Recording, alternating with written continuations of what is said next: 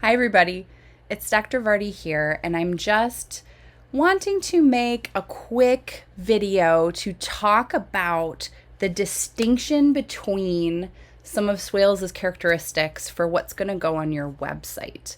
So I was talking with your peer mentor, Maida, after class on yesterday, and she mentioned that a lot of folks were having questions for her.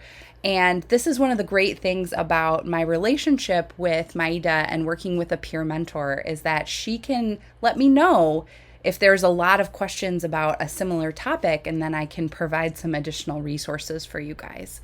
So here we are. So I'm making this video to go over the distinction between participatory feedback mechanisms, intercommunication mechanisms, and genres for your discourse communities. And I have pulled up here a website from one of my past students. I've got a couple of different websites that we can talk through these things with using. Okay, so the first thing I want to bring to your attention is that when we talk about genres for this website, we mean exclusively things that are written down, text-based, alphabetic text-based methods of communication. When we talk about mechanisms of intercommunication, the inter part is really important because intercommunication signifies that members of the discourse community can talk to each other. So this is communication that happens within the discourse community between its members. And when we think about participatory feedback mechanisms, the feedback is really important because remember we said participatory feedback mechanisms are mechanisms by which members of a discourse community get feedback on their participation. I need to drink a little more coffee.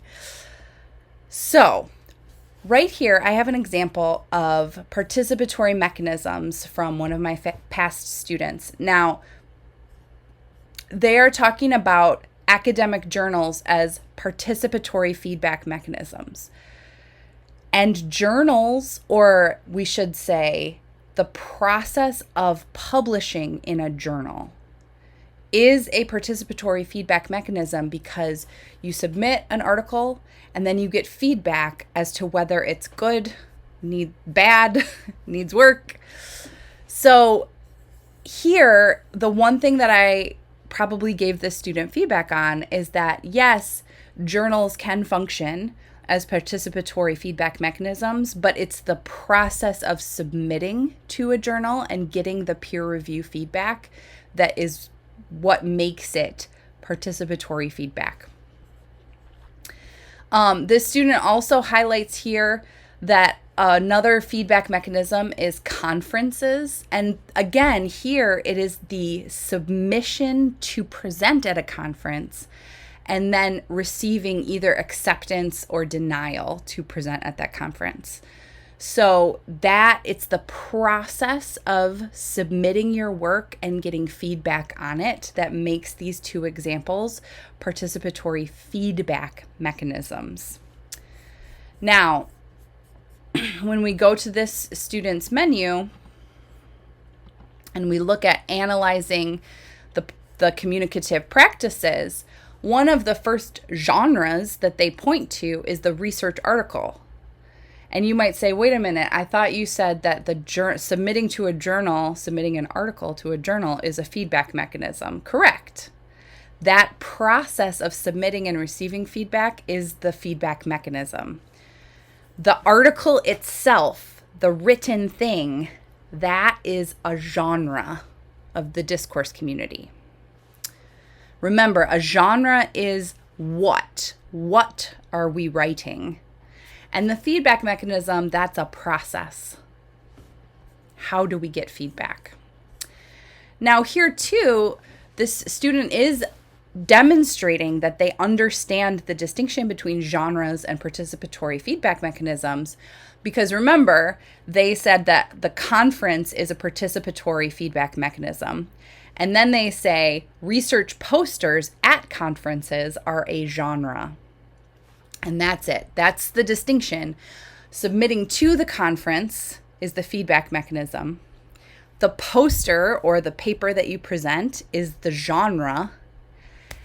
And having conversations with people at the conference, that's a mechanism of intercommunication, where you can, maybe the Q&A time after you present your paper at the conference is the intercommunication, because you're having direct communication, a back and forth between members of the discourse community.